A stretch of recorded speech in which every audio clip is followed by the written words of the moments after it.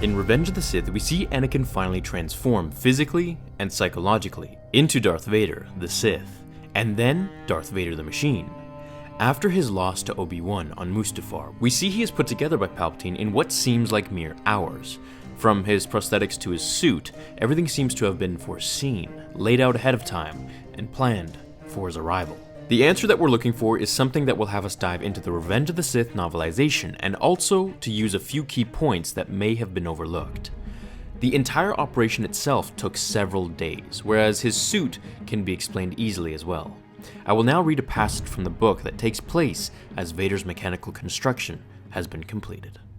In the newly renamed Emperor Palpatine Surgical Reconstruction Center on Coruscant, a hyper-sophisticated prototype Ubrikian DD-13 surgical droid moved away from the project that it and an enhanced FX-6 medical droid had spent many days rebuilding. It beckoned to a dark-robed shadow that stood at the edge of the pool of high-intensity light. My lord, the construction is finished. He lives. Good. The shadow flowed into the pool of light as though the overhead illuminators had malfunctioned. Droid stepped back as it came to the rim of the surgical table.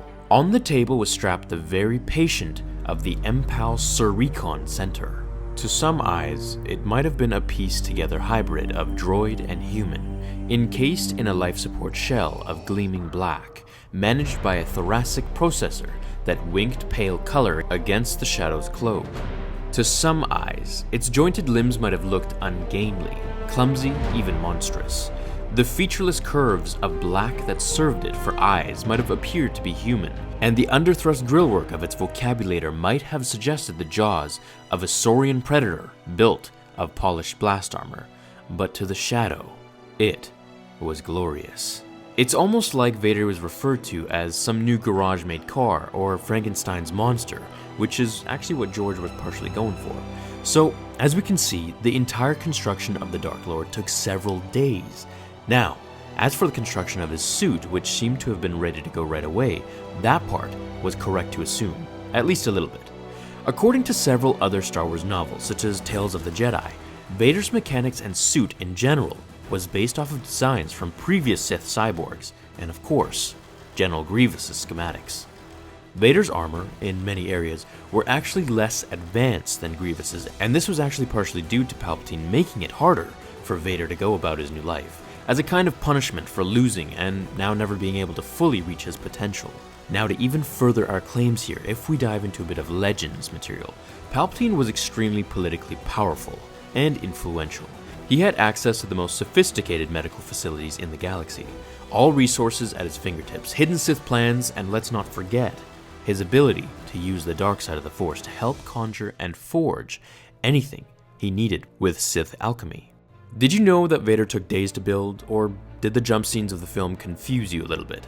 Check out the video I have which covers all of Darth Vader's injuries and his inner monologue while being put together. It's a good video that took me quite a while to make, and I think you'll enjoy it. I'll have it pop up in the last 20 seconds of this episode. Could we hit 7,000 likes on this? I really want to get to the point where I can ask for 66,000 likes as a play on Order 66, which I think would be pretty cool. I'd like to once again extend my extreme thanks to all of you who have subscribed and watched my videos. This channel has been around since late August, and I gotta say, I owe it to all of you. Whether you stuck around for the big or small giveaways that I hold, or you just genuinely enjoy the content and don't mind my voice, you're the reason that I'm still here.